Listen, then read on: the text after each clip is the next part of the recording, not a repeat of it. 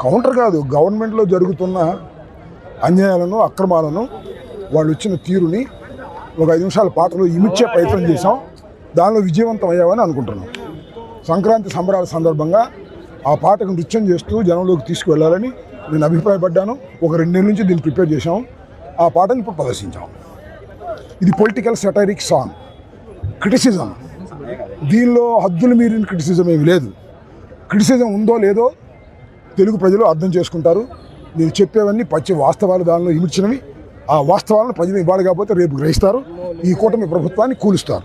గత 5 ఏళ్ళు సత్తెనపల్లిలో చేసుకున్నారు, ఈసారి గుంటూరులో చేశారు. అంటే సత్తెనపల్లి మిస్ అవుతుంది. సత్తెనపల్లిలో మిస్ అయినా నేనే సత్తెనపల్లి నుంచి ఇక్కడికి వచ్చేసాను కాబట్టి అక్కడ చేయడం బాగుంది కదా, అందుకని గుంటూరులో చేస్తాను. నేను ఎక్కడుంటే అక్కడ సంక్రాంతి సంబరాలు చేయాలని అనుకున్నాను. సరే గుంటూరులో పోటీ చేస్తాను కాబట్టి ఇక్కడ చేయాలి. This is my constituency at present. జీవోలు ఈ మెడికల్ కాలేజీలు ప్రైవేట్ పరం చేయాలనేటువంటి జీవోలను మేమందరం, వాటిని అప్పిరెడ్డి గారు, నేను, వేణుగోపాల్ రెడ్డి గారు, కార్పొరేటర్లు, నిమ్మకాయల రాజనాథ్ గారు అందరం కలిసి ఈ భోగి మంటల్లో దహనం చేశాం.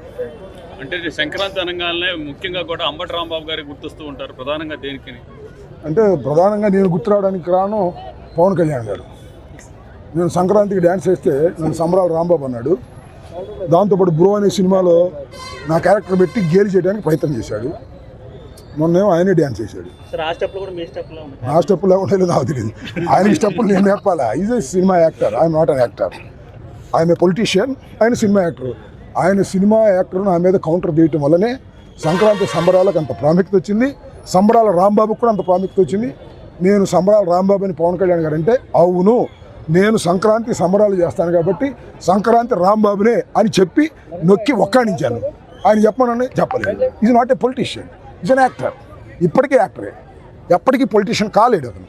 ఆయనకి ఆ స్వభావం లేదు. అది నా అభిప్రాయం. ఇప్పుడే కాదు, ఎప్పుడు నా అభిప్రాయం. అది చెప్పాను ఇందాక, ఈ కూటమిని కోల్చడం ఇప్పుడు ఇస్తే తొందరలో కూటమిని కోల్చడం తప్ప సంక్రాంతి చూడండి సార్ ఎంత ఇబ్బంది పడుతున్నారు ప్రజలు.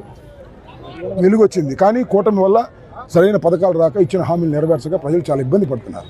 జగన్మోహన్ రెడ్డి గారు ముఖ్యమంత్రిగా ఉన్నప్పుడు ప్రతి నెలకి డబ్బులు ఇచ్చేవి, వాటితో పండగలాగా చేసుకునేవాళ్ళు. వాళ్ళ సంక్రాంతికి కూడా దిక్కులేని పరిస్థితి ఏర్పడింది. ఇది చాలా దురదృష్టకరం.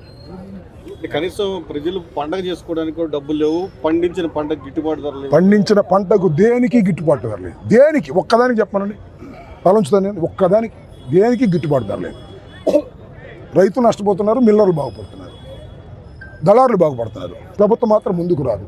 ధాన్యం కొనుగోళ్ళు కానీ, మొక్కజొన్న కానీ, జొన్న కానీ, పెసలు కానీ, మినువులు కానీ, మిర్చి కానీ ఏది లేదు. చాలా దురదృష్టకరమైనటువంటి పరిస్థితులు వాళ్ళ ఆంధ్ర రాష్ట్రంలో ఉన్నాయి. దానికి కూటమి అసమర్థ పరిపాలన తప్ప మరొకటి కాదు. ఏం అభివృద్ధి చేస్తుంది చెప్పమని నాకు. రోడ్లు, గుంటలు, అమరావతి అభివృద్ధి?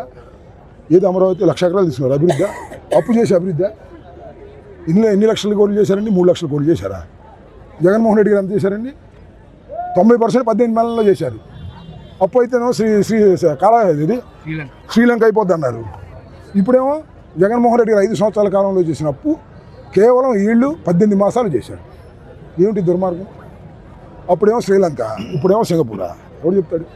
అన్ని మాయమాటలు చెప్పి, మీడియా అడ్డం పెట్టుకొని మాయమాటలు చెప్పి మా మీద రాతలు రాంచి ప్రజలు నమ్మించాలని చూస్తున్నారు. ప్రజలు నమ్మడానికి సిద్ధంగా లేరు.